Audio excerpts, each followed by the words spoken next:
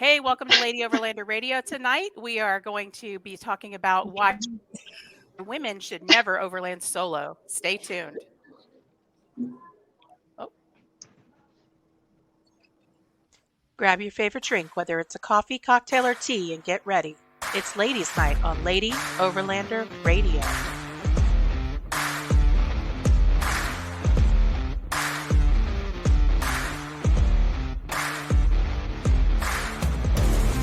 Lady Overlander Radio is sponsored by Artemis Overland Hardware, Midland Radio, Go Treads, Overland Spices, Wildland Coffee, Timbo Tusk, The Moore Expo, and Adventure Trail Outfitters, maker of the Overland Shower. Want to support Team Lady Overlander Radio in the 2023 Rebel Rally? You can donate to our cause on GoFundMe. Search Lady Overlander Radio, Rebel Rally 2023, and donate.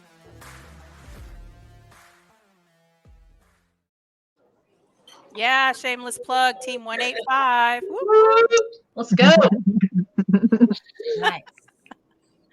Welcome, ladies. Thank you for joining us tonight. We have a lot of great guests on here tonight, and I hope this is going to be a very engaging conversation. How you doing, Arla? Doing. How you doing? You doing? I'm doing. I'm a little tired. Been working hard, but it's been a good week. So we got a lot done, and then I'm heading back your way. So I know. It's been a very slow week. Like it's taking too long to get to the weekend. Yeah. We're going to have a good weekend, though. Uh-oh. Yeah. Uh-oh. Somebody. Who fell off? Who did we lose? Oh, no. Uh-oh. Tara. Okay. Tara, she'll be back. All right. So we'll wait. It's a tropical storm. It's all good. Yeah. I mean, she's only going through a hurricane. It's not that big. It's fine. It's fine. It's just Cat 1, I think. Anyway. So we'll go ahead and introduce Kristen, Badass Brunette. Welcome back to the show. Hey. She's currently sitting in an airport in Idaho. Oh. So then we got Juliana. How you doing, girl? Good. How are you?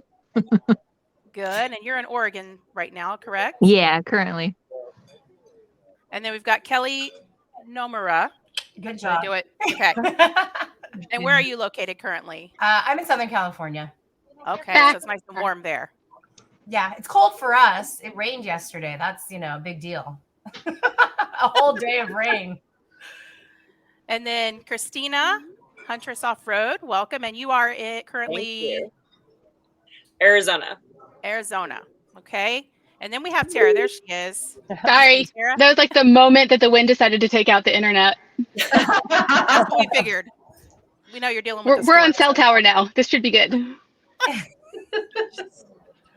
Welcome, ladies. So tonight we're going to be talking about overlanding solo and why you should never do it.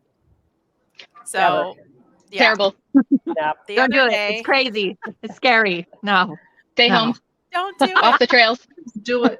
Yeah, please stay home so then we can go.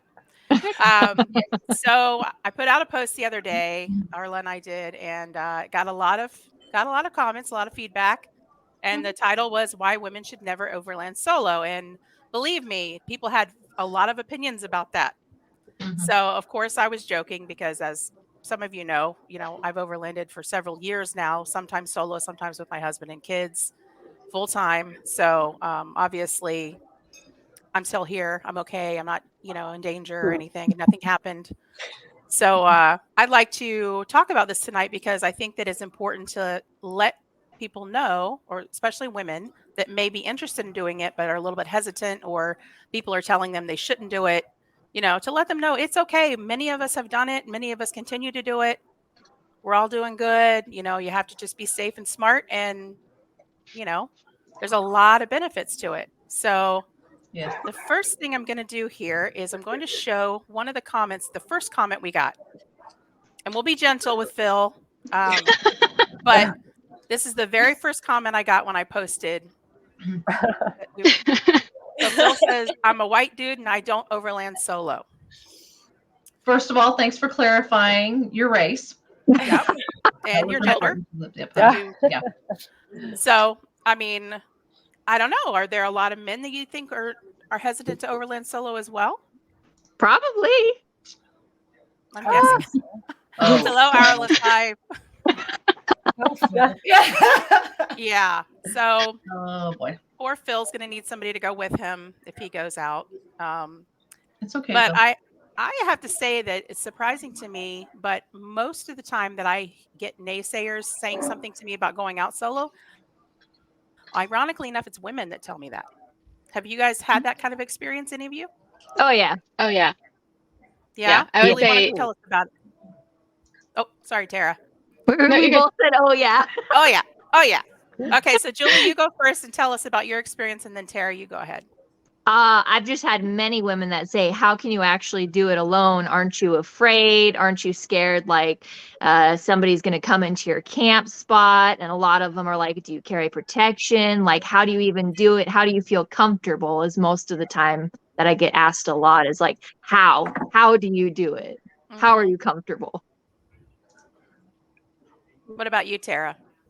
I'd say I get it too. It's usually framed more as a question, like you're saying. It's less condescending as it is more of a curiosity and a question.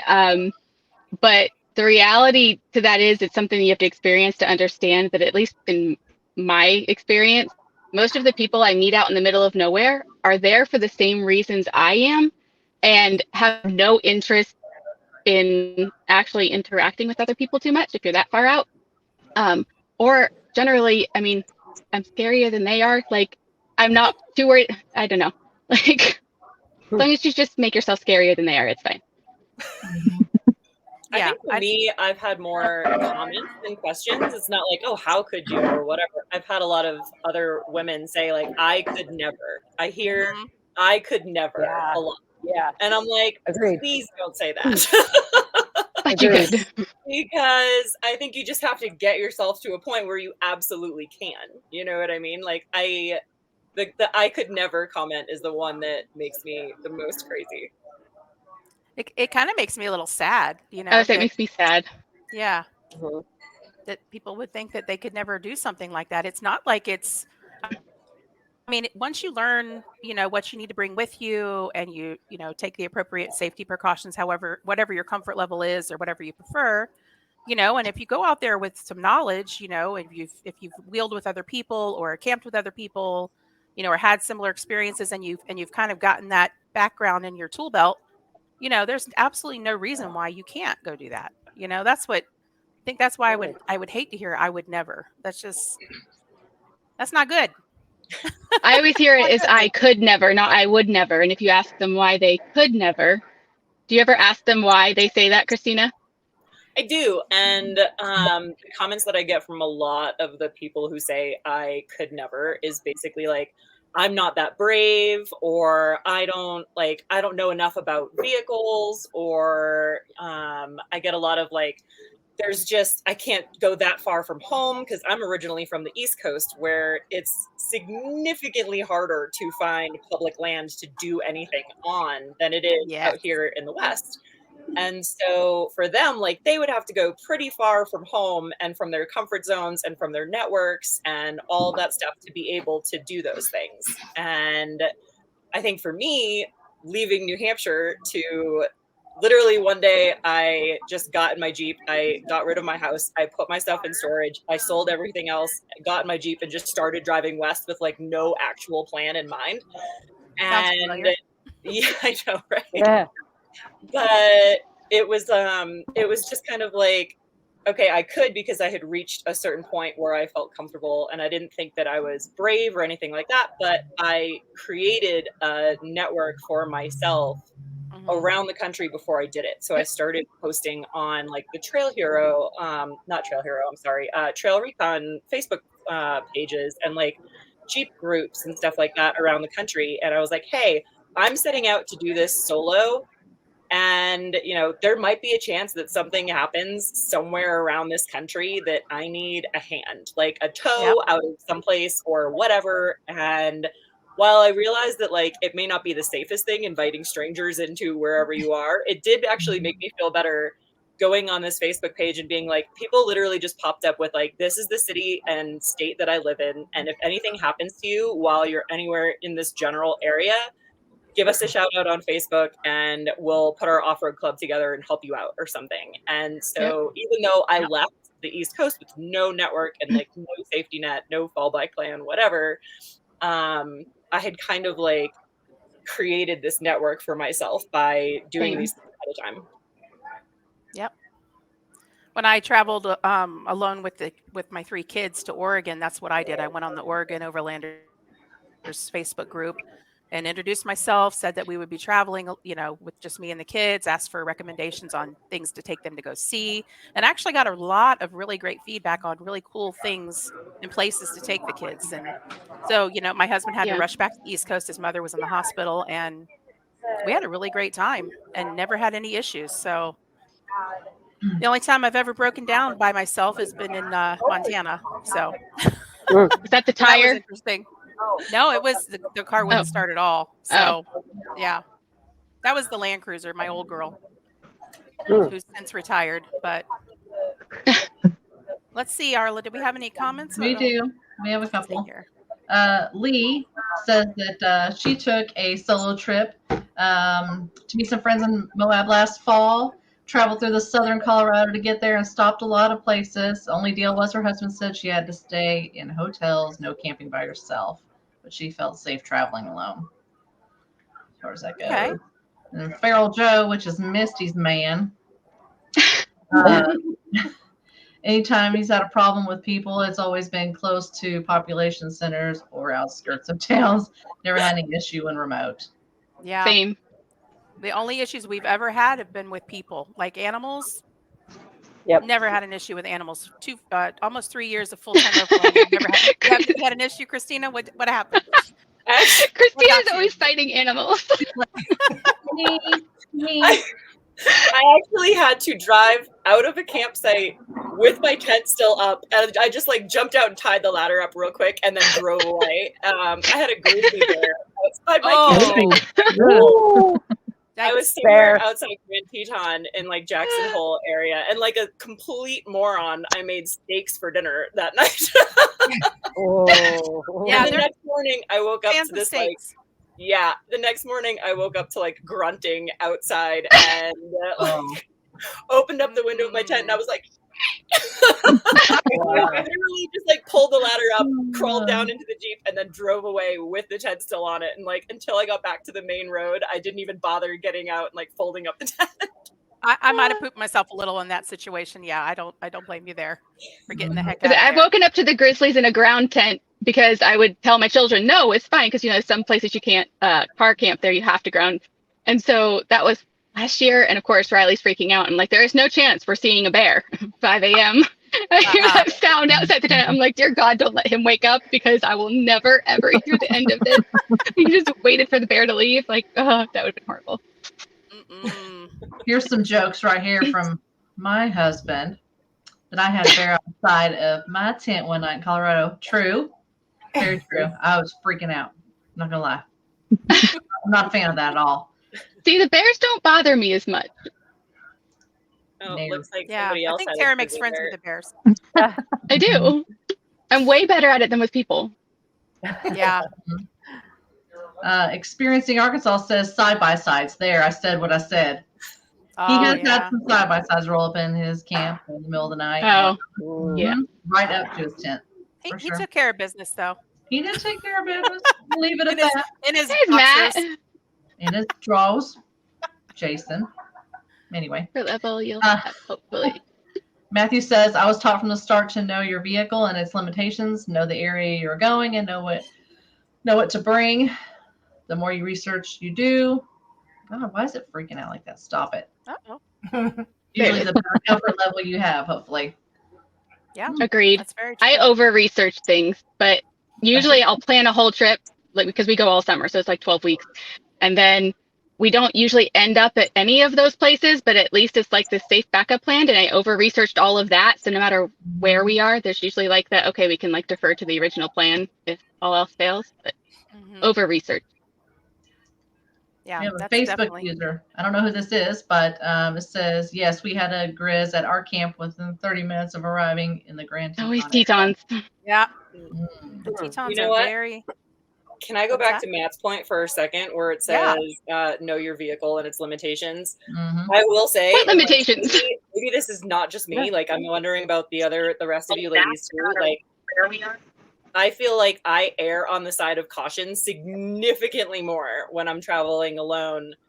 even though I know that like my vehicle is capable of doing certain things, and like I look at an obstacle and I know that I would be totally fine if there was somebody behind me on the off chance that something happened or whatever. Like I totally err on the side of caution when it comes to that stuff when I'm by myself. And if it looks even remotely too sketchy for me to do alone, I absolutely turn back around and don't do it. Like it's just not worth even trying to go that far and deal with that stuff when you're by yourself. Yep. And yeah, I that's a really good point. But I break things. So, I think my comfort level over the last year, especially with fixing the things I break, because that level of education on things grew so much for me so rapidly, that gave me the comfort to go into scenarios where, okay, if I do break it, it's just going to be that, and I have the extra parts, or like I know kind of. That gave me a lot more comfort when I'm that far out to decide, because if you get that far, it's like, okay, I came this far, why would I stop now? At least that's what my brain tells me. And then there's always that last mile that gets me usually. But it's always in the last mile. But comfort with knowing how to fix everything if I break it, and knowing that I have the extra parts and extra bolts. It's always extra bolts. That helps. Yeah, they wiggle loose a lot. Yes, they do. A lot. A lot. Too much. What about Yeah, you, and Kristen? Try not to get locked behind gates either, because that's not fun. Bolt Yeah, cutters. definitely not. I probably should add those, because I've been locked behind a gate twice so far. Yeah. Wow. That's a hint for sure. Well, I would say a lot of those areas near Tetons and all that too are a lot of ranch land that they will allow us to cross, but even to get to like, the public land. So gates end up getting locked behind you or things like that. And usually there's signs and things explaining to you like when and how and where. But yeah, Sometimes they don't have signs. You go through the gate and you're like, cool, this is an open gate. And you normally to go like before like the evening, you should probably get out of the area. Like rule of thumb, I say I should probably be out of that area by 3. And I guess they decided to lock it at 1 o'clock for some reason. Oh, I okay. was like, oh my God, too many guys. Yeah, that's actually another good point. I prefer to be at camp and setting up camp by about 3 o'clock or 4 o'clock, no later than that. I don't really like trying to find camp at night. It's happened sometimes, but what do you guys do?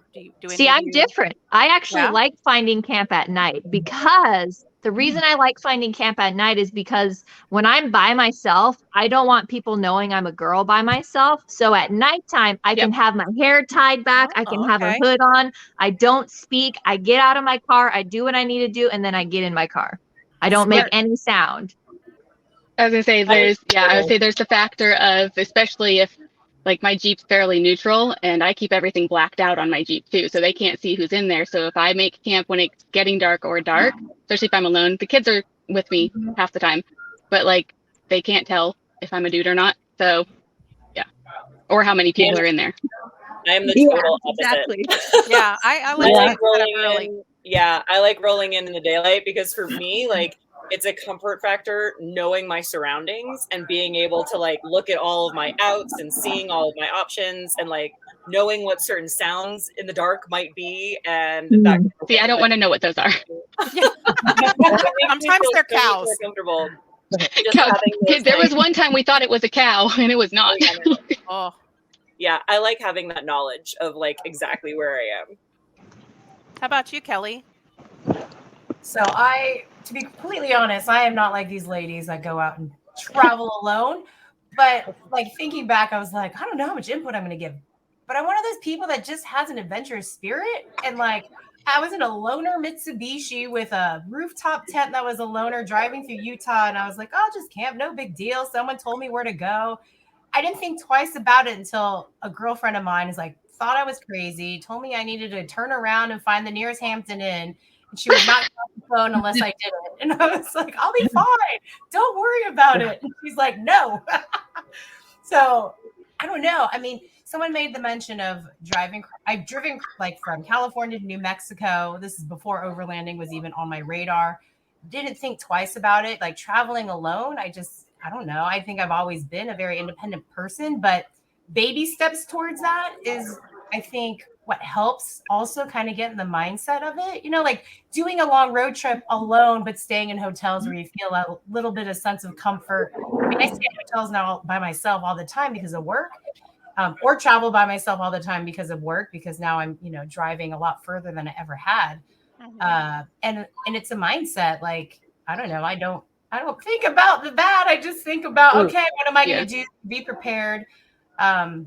You just always have to be aware of your surroundings, regardless of where you are and what you're doing. I think that helps. So whether you're traveling on your own and going into an area by yourself or not, but I'd have to agree. I think when you get far enough out and you're around like-minded people, you're safer to a certain degree. They're not going to bother you. They want their alone space just as much as the other. Like, a friend pointed out this place in Utah, the like Little Grand Canyon or something. And I went out there and like, you wouldn't see anyone for distances, but I saw people once, the sun came up and you see people around, which gives you a little bit of comfort. But at the same time, I don't know. I just never felt a threat by the other people around me. It was more of a safety. If something went wrong, at least there's someone down the way, I guess is more my outlook on it.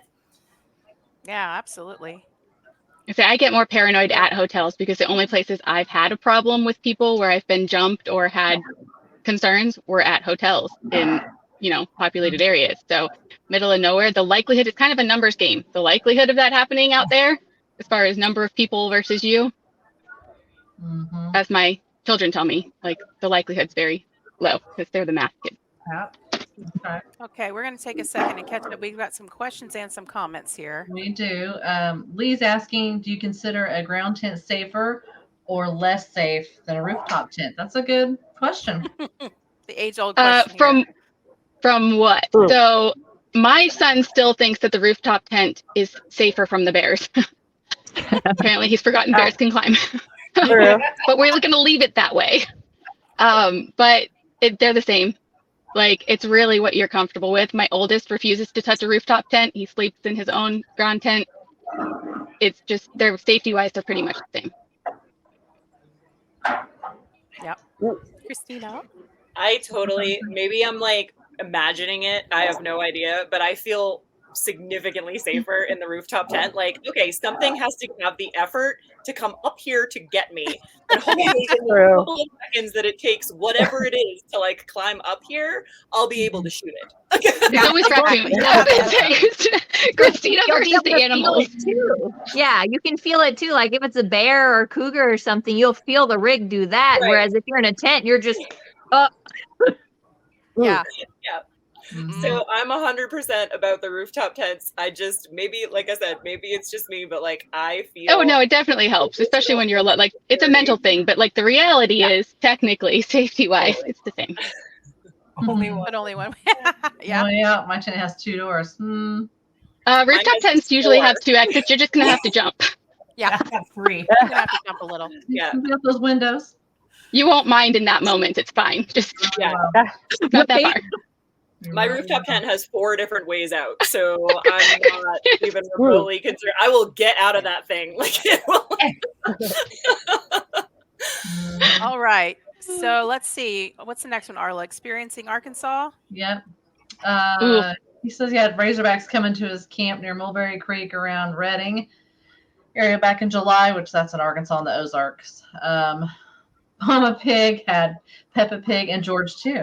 Oh, See, those would scare me more than a bear.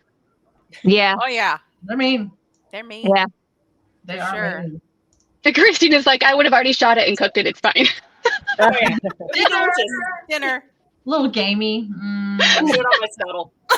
Yeah. Kelly says, I dial back the types of trails I do when solo also, especially when way out there. Yeah. I definitely think that's a good idea, especially if you're at all in any way, shape, or form concerned. I mean, I know that at times we've all taken risks and sometimes they've backfired, but, usually we try to be a little conscientious about where we are, and especially if you're by yourself. Do you guys use Dangerous any things safely. Do you guys use any location satellite locators like Garmin or any Yeah. like that? Yeah. Definitely Yeah. recommend that. I think, was that unanimous? Did everyone just nod I their think head? so. I think everybody probably uses the same Garmin device at this point. Probably Yeah. we So, do. Yeah. yeah. I Yeah. give it just to my sister. One of my sisters at all times always has the ability to locate me, and they do freak out when I do just like it's like takes 24 hours if I drop off the map completely and they can't get that thing to work, and then it happens. But otherwise, yeah, somebody can always locate me. Usually just one person. Yeah. Sometimes I forget that I have my dad and my mom watching me, and sometimes my dad will text me and be like, "I see you're in blah blah blah." I'm like, "What? How?" And I'm like, "Oh, that's right." And that is why only my sisters have it. Yeah. Arla gets mad if she catches me at the Mexican restaurant without her. She says something. Yeah. I was forgot camping that I on had the edge of location services turned on my phone this summer when I started without the kids, and Riley apparently was tracking me like wherever I was. So if I went somewhere without him that he wanted to be, then I would hear about it. And I couldn't figure out for a while how he was tracking, like how he figured out where I was. And I heard him telling one of his friends that he was tracking me on his iPad on like the Find My thing. So he would look for the Oh, dog. that's funny. That's funny. That's He cares. hilarious. That's funny. All I right. got a So, question. Favorite camp food? Ooh. Who's first? Like as far as cooking or the lazy food? Yeah, that's a good question, actually. I mean, if you go to Panera, you get the little thing of mac and cheese, and then you throw it in under your cover in your engine, and by the time you've driven the trail, it's warm for you. So that's dinner. That's if my kids aren't around. there you go. Man, Nice. I'm a sucker for steaks. as we learned, Apparently, so are the bears. Yeah, steaks. Doesn't always work out well for me, but I'm a sucker for steaks and sweet potatoes in the fire, like Oh, in yes. foil and cooked in the Whoa. campfire. Oh my god! Kristen, what about you? Arla, I'm a stir fry kind of girl. Like throw veggies and protein in and toss it up. Easy. there you go. That's nice and easy. Yep. very quick. I'm lazy. When I'm by myself, I just do like sandwiches or peanut butter and honey sandwiches in the morning time. But when I'm with people, I will tend to cook more. But yeah, by myself, I'm like, sandwiches, we're good. Yeah. Keep it simple. No. I think you said lazy You said food. lazy food. Yeah, the lazy food. The mac and cheese and burritos. I cook on the engine. Fine. Sarah. Ooh, Hey, French Jason, I'm toast. still waiting for you guys to make that for me, so I'm not talking to you about that right now. If my kids are there, they expect bacon and cinnamon rolls and like full meals 3 times a day. But Oh, if it's no. just me, lazy food. I think I do a lot of salads if it's lazy food stuff. Like I do a lot of Same. salad. I like Yep. caprese salad. I could live on that anyway. But that's so good. yeah, that's kind of my jam when I'm just not interested in really cooking. Yeah, and usually I'll pre-cook all the meat. Like for if we have a week, then at the beginning of the week I'll pre-cook whatever meat we're taking because I don't want raw meat in there, especially because we're usually in bear country. So I mean, technically the trailer is a giant bear box, but I still don't want it in there. I just in case I kill the fridge or something, which happens. So I just pre-cook everything like once a week, meat-wise that we need, and leave it in there. Yeah. Saves a lot of mess as well. So we had one more comment from Hourless Life. Arla, can you throw that back Yeah. up there? I thought we were Yeah, doing right. this Oh, one? there it is. Yeah, I did that one. Oh, sorry. Stop Yeah. clicking, ma'am. That's my job. Fear is a powerful thing. If we based all our decisions on worst case scenarios, then we would never do anything. Mm-hmm. They're currently in Colombia. They Yeah. just made it to Colombia. Wow. Eric and his wife and their son. Mm-hmm. So Kathy says Garmin is behind. I watch it on Life 360 app. Life 360 is more up to date. That's my mom. 360. Hi, Mom. yeah. I was saying, Life 360 doesn't work where I go. Yeah. Yeah, I have to have satellite. That's I try to go as far as I can. I was saying, what is Life 360? I've never heard of that. It's like a cell phone tracking app, but it has to have your cell phone service. So like when I'm real remote, it won't work. So then she goes to Garmin. Right. But like she said, Garmin can be really behind. Yeah. Yeah, I can go like up to 24 hours. Yeah.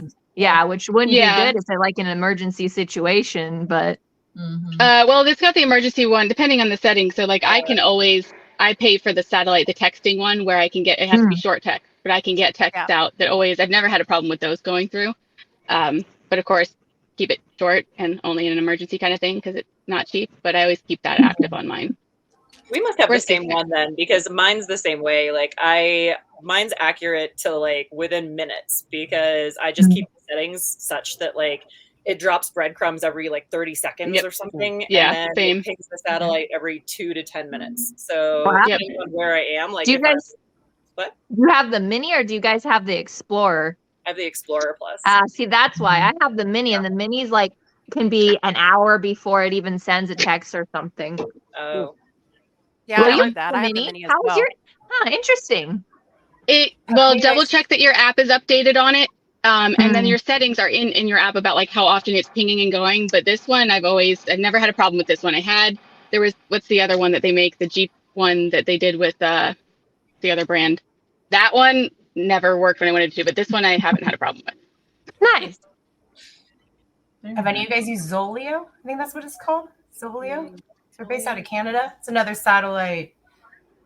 It doesn't have as much function, I don't think, as the Garmin. But It's at about like least, the Spot.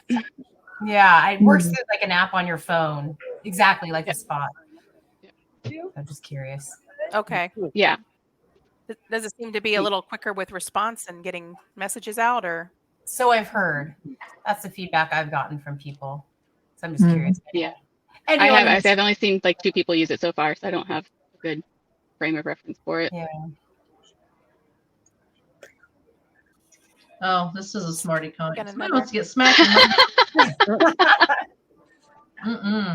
This dude. Reasons I He's don't not have a wrong. husband. He's not wrong. Nobody's Yeah. tracking me. It's true. It does tell He's you a how stage fast 5 you drive. clinger.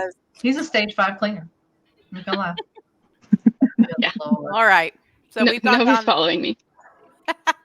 We've gone down a dark rabbit hole with Arla's driving here. So Okay, we all know. let's see here. That's why I'm the driver for the Rebel Rally on our team. That's right, Arla. You sure are. Mhm. What did Lee Gibson have to say, Arla? Lee, let me scroll back up here. Lee says on her Colorado trip, she would turn on her inReach and set up tracking for her husband when I leave the hotel and leave it on so he could see at all times. Then she would text safe and locked in before, heading off to bed. Smart. Yeah. Very good. That all works. Yep. I would say putting systems in place. I think all of the questions I get all the time or told why I shouldn't, there's so many, I call them systems, but I have systems for everything, as far as people may joke about how OCD organized I am. But there's ways to put things into place to keep you safe and to keep track of things and to, deal with those things, and also to deter people that would want to bother you if they know you are using those things. Mhm. So, because typically knowing that you're being tracked, watched, that, there's somebody, they will leave you alone if they think somebody's looking for you. True. Yeah, I Another remember, Julie, you told me a story on the podcast episode I had you on where somebody rolled up into your camp. Oh yeah, that's still to this date. That's the creepiest thing that ever happened. It was me and one other lady. We were camping by ourselves, and these ladies don't know the story. I'll do a quick version of it. 2 ladies camping by ourselves. It's like maybe 10 o'clock, 11. I don't remember what time, but we're sitting at camp, and this car pulls up, and it stops. It slows down. It turns its lights off, and then it honks the horn. And they get out and they start walking towards our camp, and it's pitch black. We can't see anything. And I'm like, oh, what is going on? Like, it scared me because I had no idea what they were doing. Why did they honk? Why did they turn their lights off? And why were they walking towards us? Like, that scared me. Nothing happened, luckily. They were probably trying to find camp or something. But still, I was like, this is not okay. Like, that's creepy. Where were you? Washington or Oregon? I don't remember which one. Say in Washington, that's usually the signal for somebody who's meeting up for a drug deal, because in a lot of the BLM areas, it's been a thing this year. I had that happen too, where they're in the dark, they can't always tell what your rig is either. And if there's certain areas that are kind of those designated, they use a lot of the public land for it, or the tribal, like all the tribal designated land, which is usually easy access where there's some limitations on the police. So that is usually, as I was told this year when I experienced something similar, because they can't see from a distance other than like your lights. So if they mistake you for that, that's usually like the honking and then Usually That would make sense that. then. That's creepy. In Washington, I say that in Washington is my other home base. So that is the Washington Ah. thing currently. It's awesome. Yeah. We made sure when we were in Washington and Oregon to get as far away from the major cities as possible when we set up camp, because I had heard that there's a lot of people that reside there full time that aren't always, Hmm. very Yeah. friendly and, on the up and up, a lot of drug stuff going on. And so we kind of avoided the major metropolitan Yep. areas, the national forests and stuff around those. But, Yeah. all right. But we that have I any would say more if it was questions, Washington, Arla? that's what that usually is. And then they realized that you were Yeah. probably not the person they were looking for. Right? And they're like, oh, get out of here. All right. Question from Matt. Matt again. Let's see. When you are solo overlanding or have your site all set, what is your go-to entertainment? Books, iPad with downloaded shows, computer to write? Question mark. Well, not the electronics. And Matt's a workaholic. So, of course, he would say computer to write because that's all he does. But not the electronic. Usually it's hiking or, something physical activity wise, usually hiking. I have a dog, so he's like a constant source of entertainment anyway.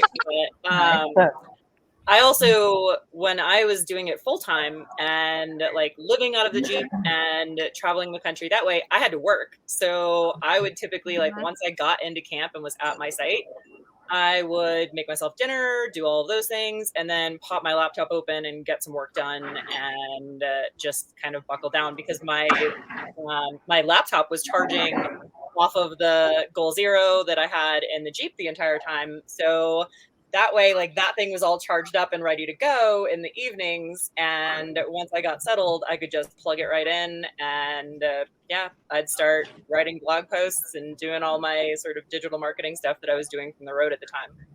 Yeah. I too have But had to work from the entertainment wise, it's still the dog. Yeah. Oh, for sure. How about you, If they have the Kristen? kids, I just do whatever the kids want. We'll go hiking. Got a one wheel. Dirt bike. I'll go zip around, dirt bike. I try to stay like outside and active. Otherwise it's Netflix. Sun goes down and it's cold. You go into your tent and like turn a little movie on or something like that. I like to read. Do you feel like having the dirt bike gives you more freedom? Yeah, to explore for sure. Yeah. I mean, I don't beat my truck up as much, so being able to go out on the dirt bike and just go faster and longer and further, I like that. Mm-hmm. Float life. Float life. The one wheel. How about you, Kelly? That's what he's referring to. Oh, Trying to think. I usually drive during the day when I'm doing some kind of travel. And then evening would just be. I'm a big podcast listener, hence podcast. When I travel by myself, music starts to get monotonous to me. So I'll do a lot of podcast listening. So I'm usually like finishing up an episode or wanting to listen to another, something like that. Or doing some kind of work related stuff. If there is reception to do social media and catch up on things. I mean, there's always things to do in my world. So just even the quiet, like do nothing is nice. Take advantage of that when I can. Oh, yeah. Definitely. I know a podcast you can listen to. I have a recommendation. Yeah. Name drop. Catch up. Yeah. So we have another question from Lee. Yes. Anyone ever had issues at some of the more remote Forest Service campgrounds? no. Not Kind of really. issues. Nope. Christina I have. says no. Christina, it's another animal. Is it an animal? It wasn't an animal this time. I swear, it wasn't an animal this time. And this goes back to just the way that I choose to travel when I'm traveling solo.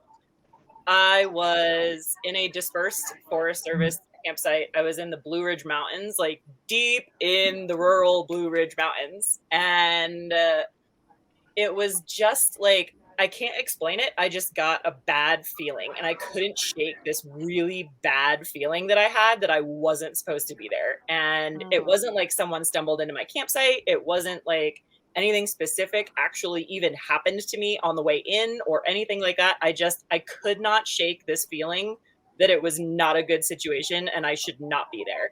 And to this day, I cannot explain what it was. But if I feel like that about any place at all, regardless of where I am, I GTFO. Like, I would say, Kristen, trusting my gut. didn't that come up? I think this came up at Expo during the roundtable when people were asking about that, and kind of like the same thing. If you have intuition for a reason, your body will tell you if you are somewhere that you are not supposed to be if you listen to it. But to the flip side of that, there are times that I have felt fine, and one of my kids will tell me that they do not. Like, and if they can't shake that, we also leave in those scenarios because, again, there just may be something that I'm not picking up on. But I've had my youngest will do it occasionally, where he'll be like, nope, not here. Like, just we're not staying here, and not for any. He can't give you a really specific reason, but it just doesn't feel right. And so then we get to leave and pack up camp in the dark. It's fine. But yeah, it's kind of number one rule for me is always just trust that. It's never failed. Totally. I'm going to throw up a couple of the comments I grabbed from Instagram and Facebook from the post the other day as well. Let's see here. So Northology is referring to why women should not overland solo. Is this still a question? And, it is. I think she was surprised that, yes, that still is a question. Yes. And Argo's Girl Outdoors said, great hook in the graphic. I saw red for a moment. Definitely got my attention. I've had quite a few people reach out to me thinking that I was serious about that, which is surprising. But well, looky there. Kristen, nope, never. Nope. Never. Never. No. Don't do it. I mean, I think going back to like Phil's point on, I'm a white dude and I don't overland solo. I don't even necessarily think it's a question of like whether women should overland solo. I think it's just like no matter who you are, like regardless of gender or anything like that, like no matter who it is, if you don't feel comfortable doing it alone, don't do it alone. Whatever, it's fine. Like that's on you. That's your opinion. You maybe get to that comfort level where that's okay, but like, should people in general overland solo if they're not prepared, if they're not ready for it, if they're not anything? My answer would be probably not. So unless you feel like you are actually ready, unless you've taken the time to prepare yourself as much as you possibly can, because I truly feel like you can never like be quote unquote ready. Like at some point you have to just go and figure it out. But like to get to a point where you're as prepared as you possibly can be, regardless of your gender, like should you overland solo? Maybe not if you're not ready for it. But once you get yourself to that place, I don't think it matters who you are. It's just as dangerous for a guy to do that kind of stuff as it is for a woman, in my personal opinion. So, if not more so to me, for some ways, like I feel like they would deal with more confrontational situations than we would, because for the most part, again, the majority of people we run into out there, like, yeah, I mean, I like to joke with the people that will stop me. Like I'll get the men that stop me and say, are you lost? Are you okay? And if they ask me if I'm lost, I'll be like, I sure as fuck hope I am. Like that was the goal. But like, but for the most part, there's more of a helpful nature to most of the people I run across. But I feel like the guys, if they're alone, will probably run into more confrontational situations than we would. Yeah. Oh, I've ran into that a lot where like I'll be pulled over off to the side of the road and I'll be like scrolling on my map, kind of looking where I want to go, and people will pull up and it's always normally a dude, and the dude's like, are you okay? Are you lost? And at first I'm like, I'm good. Like, I'm fine. But then normally they're nice and they're like, do you need, I'm like, no, I'm good. I just like going in the middle of nowhere and driving. They're like, oh, okay. Same. I like it when I have the trailer and they'll ask me. I'm like, I have no idea what I'm doing. It's my first time. And then I leave. And I'm so Kelly PW is, but I'm dying. Yes. There's a comment on here that's got my attention. Oh, okay. Kelly PW here. Kelly has some things to say. Yeah, never use my penis to defend myself. There's that. Thank you for sharing. That's the Coast Guard coming out. That's the Coast Guard coming out, Arla. Yep. There you go. That's our Kelly. Oh, Lord. It's true though. Okay. Yes. Moving on. That's off-road. What's your dream destination? A place you haven't been, but it's on the top of your wish list. Alaska. Mm-hmm. Well, I've been, but yeah. Alaska's up there. Yeah. New Zealand. Mm-hmm. Yeah. Kelly rules. Kelly rules. Kelly rules. I will say a new destination on my bucket list because Dan Grech writes for Tread, and I just read his story, which I think is in our current issue. But he went to Tasmania, so he's in Australia right now, overlanding through Australia. But he went to Tasmania. It wasn't on his original list, but he's like, "Oh, why not? Let's go." It sounds amazing. All the critters and animals, and like, it's Things really that will kill you. Christina, you should go. Oh yeah, thanks. You may not want to go. That's for you.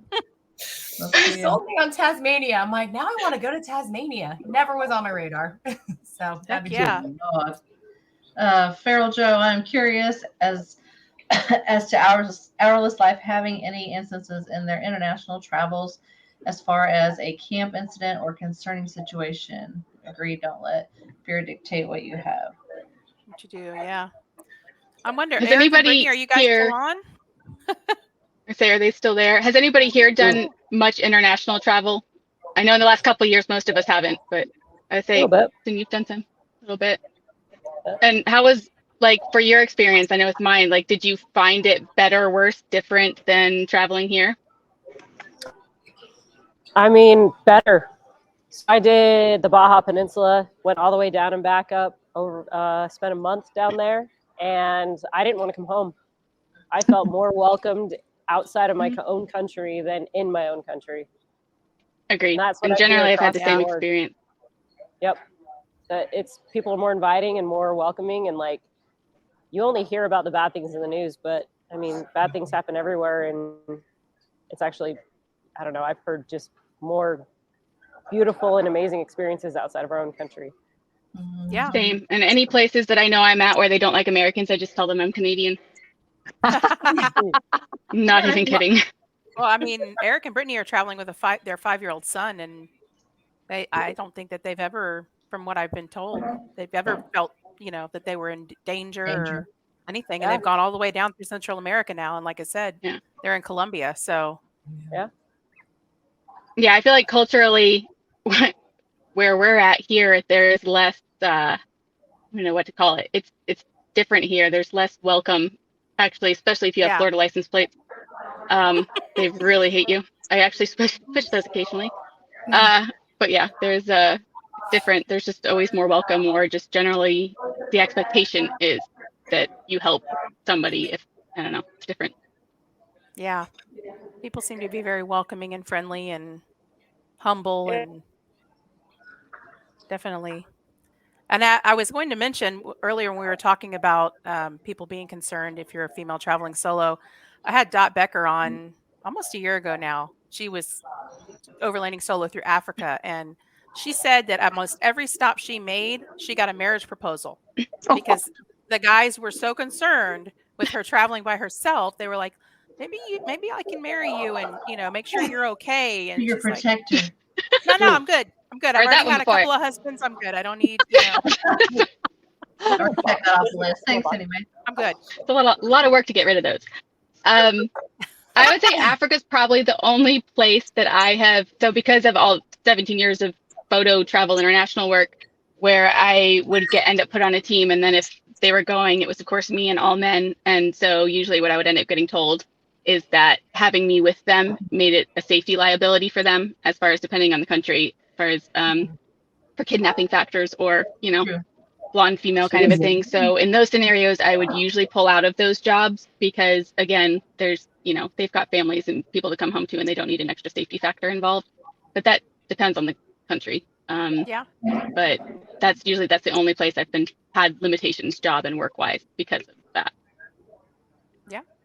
And again, it's all about being aware of where you're going, knowing the background of that place, learning about the culture, learning about safety things, learning where the embassies are, all of that kind of stuff. It's definitely smart to be prepared and, to have some backup plans, especially if you're going solo, and maybe especially if you're a female. I don't know.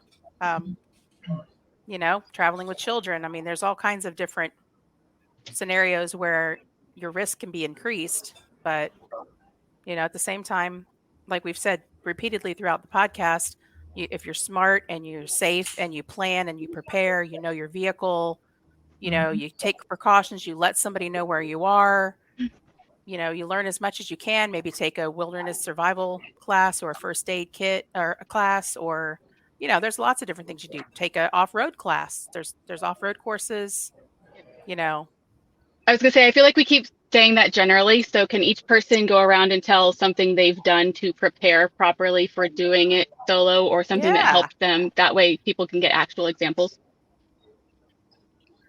Who wants to start?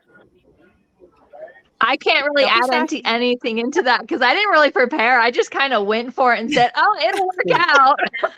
I was just like, "Let's go for it, whatever." Yeah. Got it. But like, I made sure I had the Garmin, and I made sure like mom knew where I was at. So I guess in that sense, like I'm a little bit prepared. But as far as like where I decide to go or what I decide to do, I just kind of just decide every day something new or whatever, and I'm just like, I'll figure it out, whatever. Yep. Okay, I can speak to the Sometimes- mechanical side of things. Mm-hmm. Most women are not comfortable taking classes or in groups, especially when taught by men. That's just how it is. But there are alternatives to that, where at least for Jeep World, I feel like we have a different community there on its own for like how we all learn how to build our vehicles.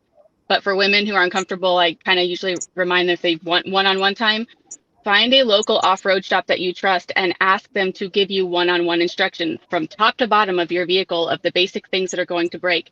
I mean, you can pay for somebody to teach you that stuff one-on-one just as much as you could in a class. And there's plenty of off-road shops that would gladly do that for you if you ask them that or explain to them that you want the one-on-one instruction because maybe you learn it differently. But that would be one of the number one ways, because you're very rarely going to find a class that's taught by women. I'm still working on making that happen for a certain area of people this year, but it's rare.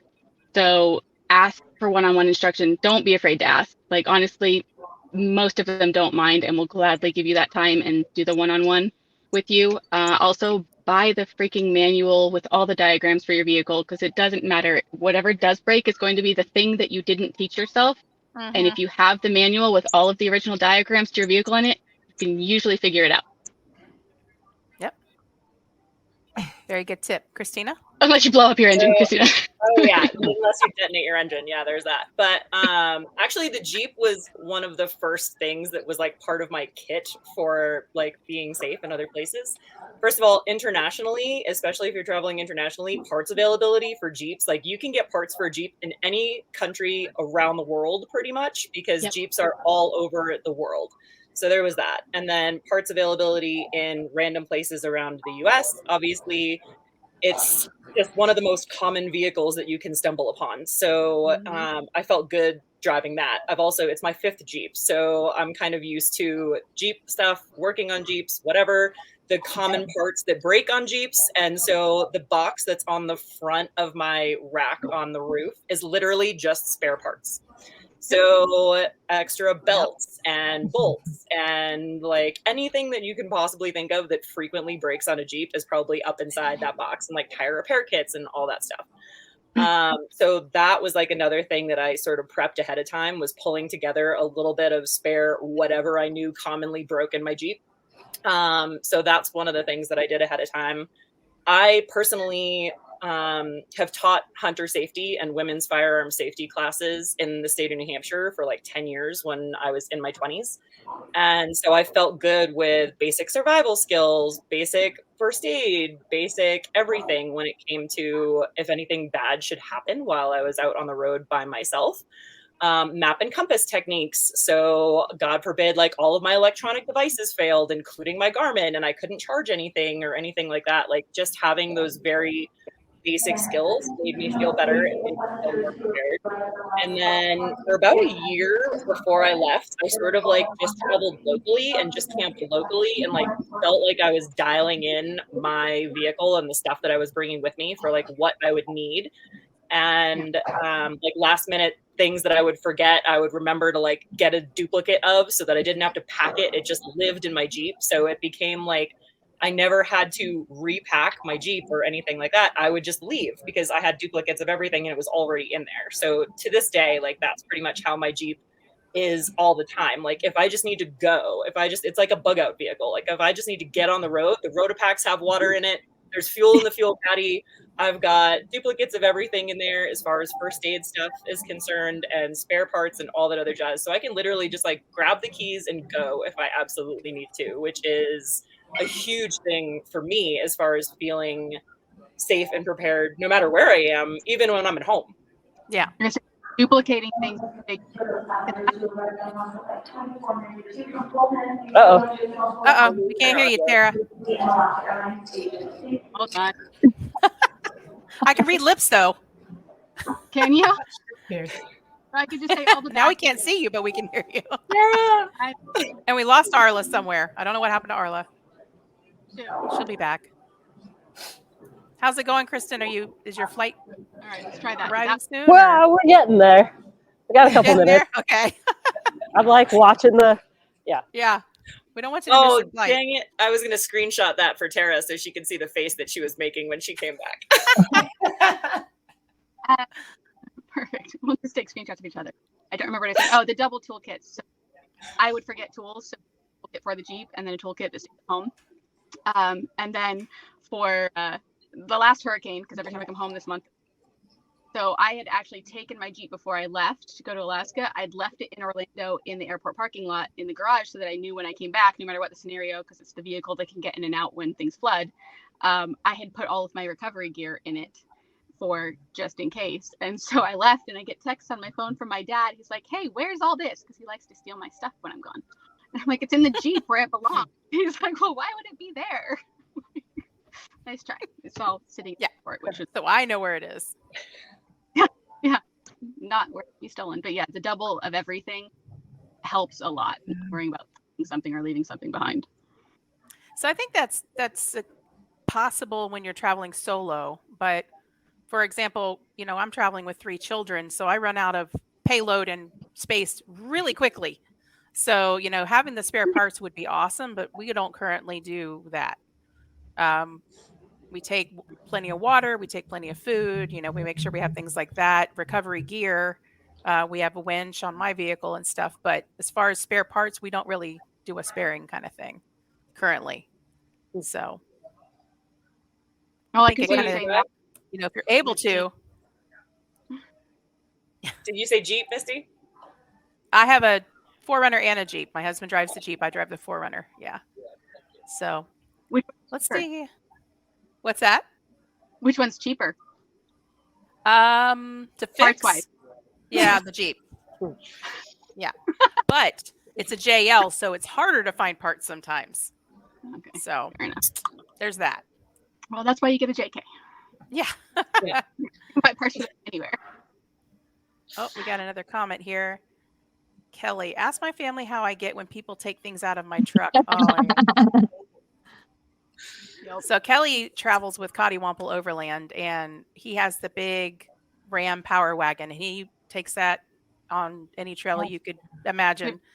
And but they call his truck Mom's Purse because he's the guy that carries all the extra parts and all the extra gear and all that stuff because he's got the huge pickup truck. So everybody just needs a Kelly to follow behind them. And then you've got everything you need. Yeah. Yeah, or a trailer. All things, yeah. Yep. But obviously I go for months at a time, so I have to have it all in there. That is home for months at a time. So yeah, there's a lot in there.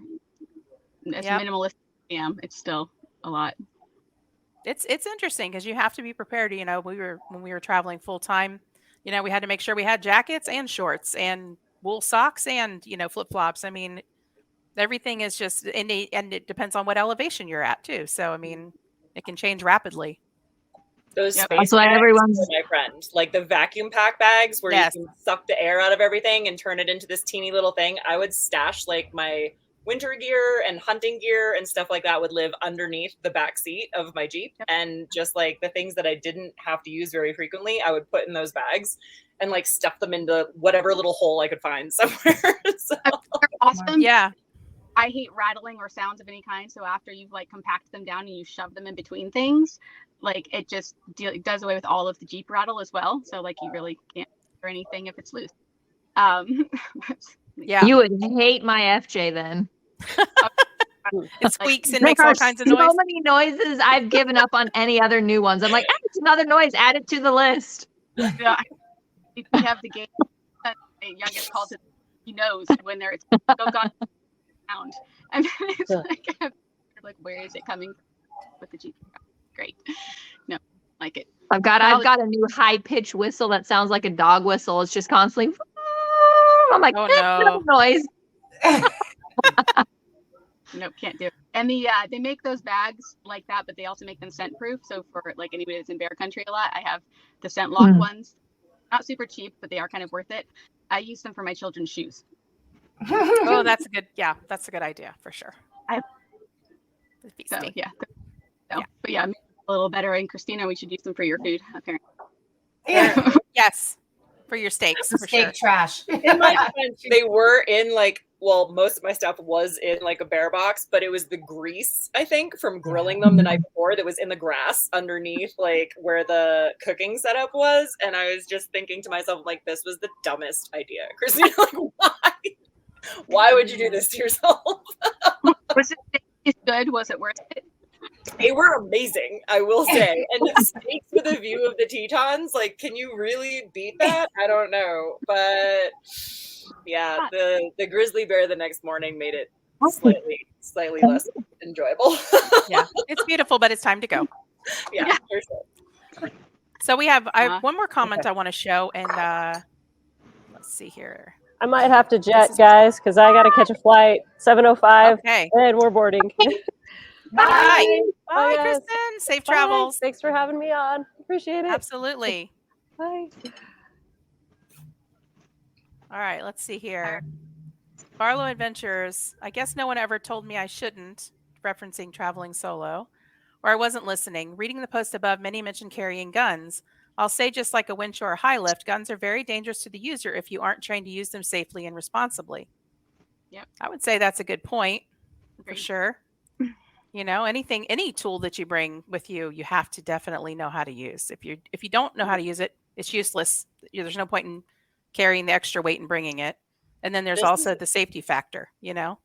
This is definitely another, like, male versus female. It doesn't matter who you are. Like, if you are going to carry a firearm, please, for the love of all that is holy, like, take a training course. Even if you are going to not carry it and just have it physically present, like in your home or something like that. Like I said, this is a topic that's very near and dear to my heart because I taught these classes back in New Hampshire and I taught women's firearm safety, but I also taught men's orientation classes too, because it doesn't matter who you are. Like, people, especially when it comes to firearms, I feel like there's a lot of ego that comes into play, and there's a lot of sort of questions that people have that they're afraid to ask, especially like women are afraid to ask these things. They're afraid to sound stupid, but absolutely no question is stupid when it comes to this stuff. And I feel like having that comfort factor, if you're going to go ahead and do something like that, if you're going to carry, if you're going to even purchase a firearm to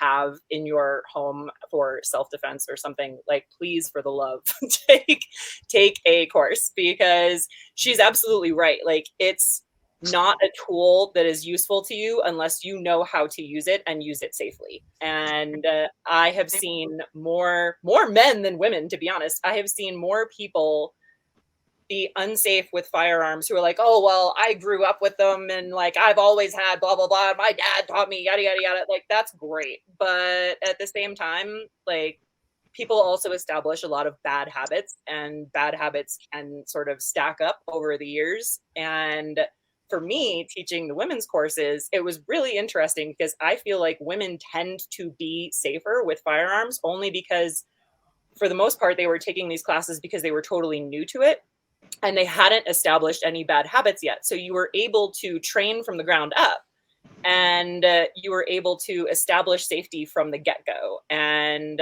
it's just, for me, like, that is the most important thing if you are going to be considering arming yourself while you're doing something like this. Same. Absolutely. And to add to, well, like anything else, where if you are out of practice with it, there is nothing wrong in refreshing courses on it. Or it's one of those things that, like, if you haven't used one in a year, Go remind yourself how, because when you're put in a situation where your adrenaline is rushing, like, it is a totally different scenario than being at a range or having something coming at you. And I know personally, I carry one gun on me, and Christina, like, probably have more than me, but I'm more a knife. I would say usually I might have a shotgun too, but for me, I also have kids as a factor of, like, I have an 11-year-old and, you know, a teenager in the vehicle, and to a point, I trust them, but I don't entirely ever trust my 11-year-old with anything, because he's one of those who's kind of like, let's see what this does. Just by anything I have in the vehicle with me has to be kid safe to a point as well, or usable if something happens to me. So in those scenarios where they have an emergency, I need to know that they can actually function and use whatever that is. So for me, I keep a revolver instead, because that is simpler and easier for them to also handle in high stress moments, as far as just super simple. But so again, learning what type of gun you are comfortable with. Everybody's got a different preference on that as well, as far as in those scenarios. But I'll be honest, the gun has never done me any good in any of the scenarios that I actually had to protect myself in. The knives did. Yeah. So Todd would like to know, do you lovely ladies carry a firearm? Oh, there. Who does?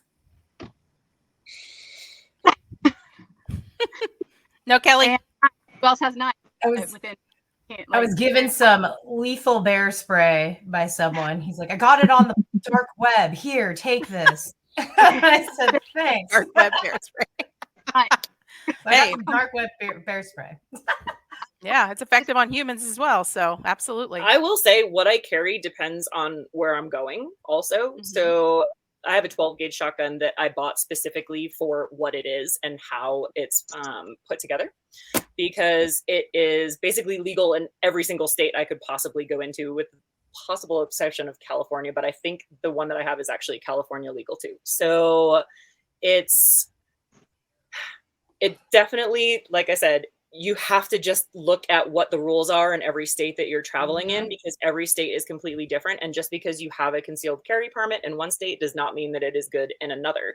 And even if it is good in another state, the firearm that you're utilizing may have very specific rules and regulations for where you can take it to. And I've experienced that more and more. But there are websites that you can go to that give you like a clear view. If there's a specific state that you're curious about, you literally just click on that state on the map and it'll tell you like what the firearms rules and regulations are for those states that you're traveling through. Shotguns are the easiest thing to carry across the state border. A 12 gauge shotgun, and you can basically go just about anywhere. It's not obviously as easy to carry as a handgun is, but it's easier to be safe with. And it's easier to, I say easier to be safe with because muzzle control is easier with a long gun than it is with a handgun. So that's what I mean when I say it's easier to be safe with. But it's also just easier to sort of drive around without as much worry about where you're going. And when I'm going on long trips that include multiple states, that's often a factor. So just kind of being cognizant of that if you're going to carry and you're going to defend yourself that way, I think is important too. Yeah, knowing which states have reciprocity and with whatever current state you are permitted to carry in is definitely important as well. Yeah, we got to do a couple more comments here. Go ahead, Tara. Pretty much any national park, as soon as you cross that boundary line into them, like usually, well, there's states where you can have the gun in there, but the bullets have to be 6 feet behind you in the back. You know, separate you. So, but for national parks, it's pretty much for almost all of them a no-go at this point. As far as, so you've got to make sure, which sometimes I'll forget, of like, oh, got to stop, unload things, separate things far enough and all that. But national parks are generally just considered a general no-go area too at this point, which is why I don't camp there anymore, because it's actually easier to national forest or BLM land and not have to worry about that stuff. Yep. That's a good point. Kelly says, my spookiest students have been 60-ish-year-old men who have been around guns all my life. Quote. Yes. Yeah. Say yes to that. And Lee says, buckshot. So yes and no. I actually have mine loaded buckshot slug, buckshot slug, buckshot slug. So nice. Kelly's spray thing, in my experience, so knife first, I always keep a knife in my boot or within arm's reach. They're everywhere, all over my Jeep. And generally people know that by now. So they know just, stay arm's reach away. And the bear spray though. So I keep one in the trailer. Everything I've duplicated between the trailer and the Jeep as well. So there's bear spray in the back of the trailer because who knows where you're going to be standing when that happens or comes into camp. But it works on humans too. Yep, it sure does. Very effective. Me too. Slugs are important. So there's a new gun at Expo Denver West, where some of the guys, who I was with, I don't know, Aiden and Josh, we were at a booth, and one of them brought it up, and I need to look it up. But it was not an actual gun. There was some kind of slug thing in it because they are from out of the country and they can't get a permit to carry in the U.S. And so it was an alternative to that. And some of the slugs were like pepper sprays. They were all different. It looked more like a flare gun to me, but I don't remember the name of it. But that was new at that expo, and that was also an interesting alternative, at least to keep in a vehicle, because then you're not dealing with the whole firearm aspect of state line issues and things like that. But I would have to look up what the name of that was. But it was a new thing that came out. Okay. Oh, yes. Launchers and have pepper balls. Yes, that's what I was going to say. Pepper balls. So that's God, I would another- myself or something. Like I just have bad luck. Like pepper spray too. It would come back. That would be my Yeah, being pepper sprayed is not fun. I can attest to that for sure. Yeah. So Oh, my husband was Coast Guard. We used to go for fun and watch them get pepper sprayed every yeah, I was one of those Coast Guards that got pepper sprayed. It was not a good time. It was us. And you have to retain your firearm and keep it away from somebody while you're dealing with the pepper spray in your face. So it's a good time had by all. But I'm The wives digressing. bring, at least in Oregon, the wives would bring the lawn chairs and watch. Nice. Well, thank you so much for being on tonight, ladies. I really appreciate the conversation. I think that we've shown that as long as you're prepared and you're safe and, maybe you get some training under your belt, you can absolutely go out and overland solo. What do you guys think? Oh yeah. Absolutely. Yeah. It's So- a learning experience about yourself. And I think that more than anything is one of the top reasons why I chose to do it, because it's just, to me, it's important to have that time and to make those discoveries of places and things and self. And I think it's a unique experience for sure. I think the best Absolutely. quote about the difference between overlanding and camping, because everybody likes to call it camping, that's the thing, is that the point of overlanding is not the destination, it's the self-reliance factor and the traveling part of it, not the end camp or where you're going, because you don't know where you're landing most of the time. But Yep. it's about, ultimately it comes down to being about self-reliance and being able to sustain that for long periods of time. Yeah, and it's definitely about the journey itself. I mean, every part of the good and the bad and anything that you encounter along the way. So thank you guys again. Thank you guys for watching tonight. And this podcast will be live on Anchor, Apple Podcasts, and Spotify and all the others by tomorrow morning. So again, everyone have a safe and good night, and we'll see you next week. Thank you. Bye.